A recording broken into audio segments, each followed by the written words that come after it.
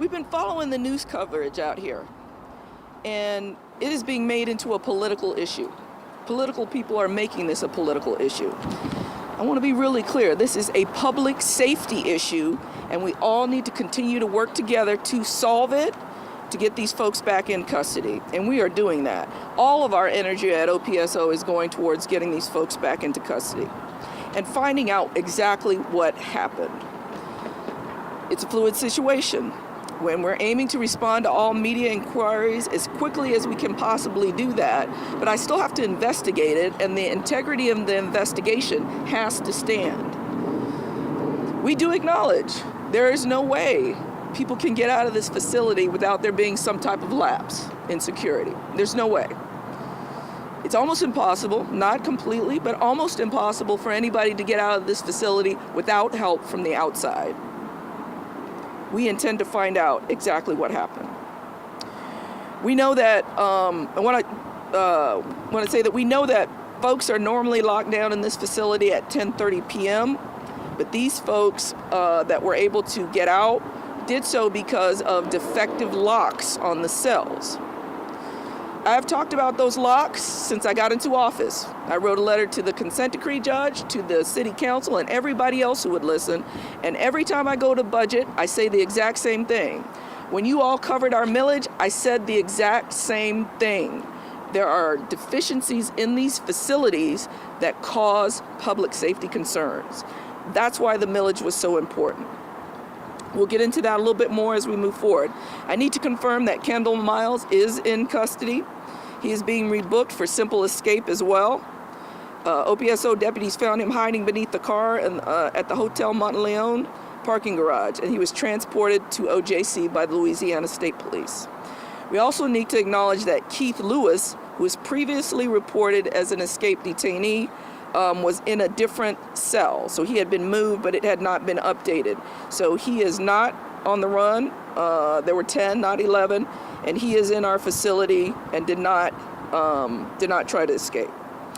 The remaining individuals are being actively pursued, and our deputies, in collaboration with local and state law enforcement, are working tirelessly to locate and return them to custody.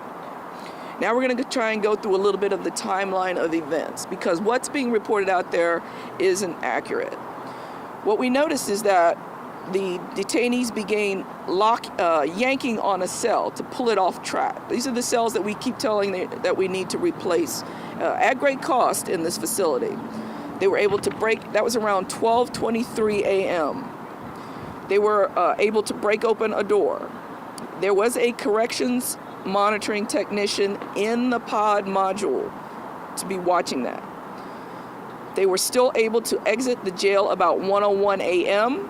after breaching a wall behind a toilet in the jail, and based on video surveillance, they were seen exiting a door on the docks where we normally bring in supplies, scaling a wall, and running across the interstate shortly thereafter.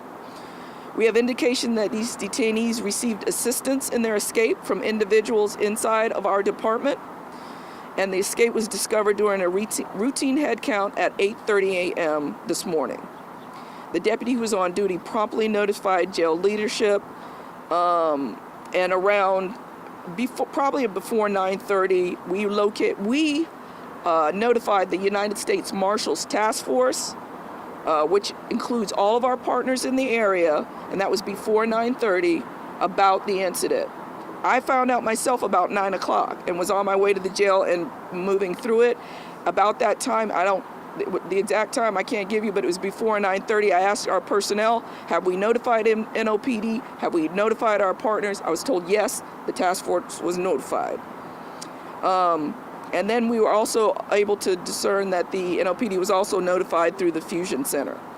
Now, when this went down, our first concern is to find out who these folks are, confirm, and then we've got to lock down the whole jail and make sure nobody else is missing. That's the first thing we have to do. We also have people being moved out to court. We've got to confirm who those are. So this is a fluid situation as we're trying to get a handle on 1,400 people in this facility. So it was a fluid situation. We're still gathering information. We are investigating our own to find out exactly what happened and where those lapses were. But there were supervisors on duty, there were lower level folks on duty, and they all had a job to do. And we're going to find out exactly what happened. I'm going to now turn this over to Chief Jay Mallett, our Chief of Corrections, to talk a little bit more about the cell itself. Good evening.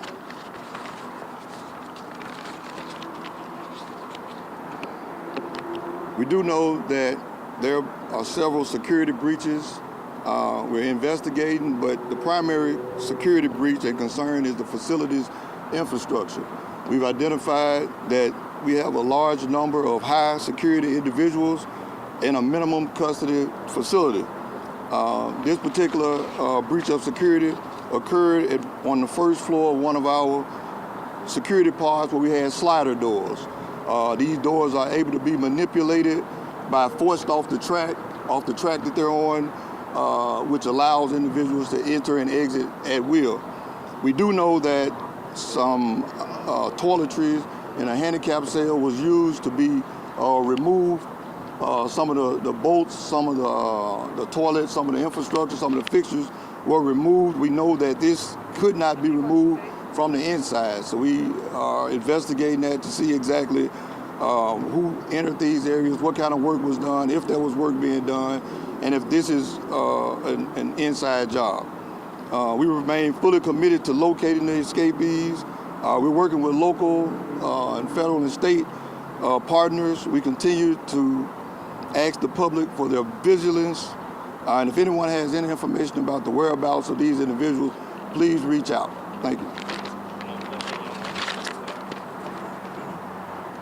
Thank you, Chief.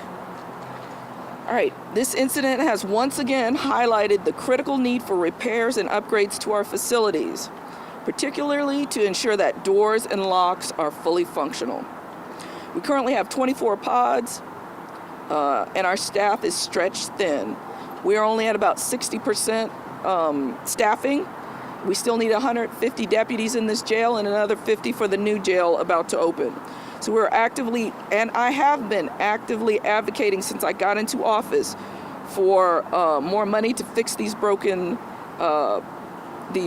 parts of the jail that make it unsecure. And just this week, we went to a capital budget hearing to lobby for more improvements to address just these issues, which would help improve security and safety for both the detainees and our deputies.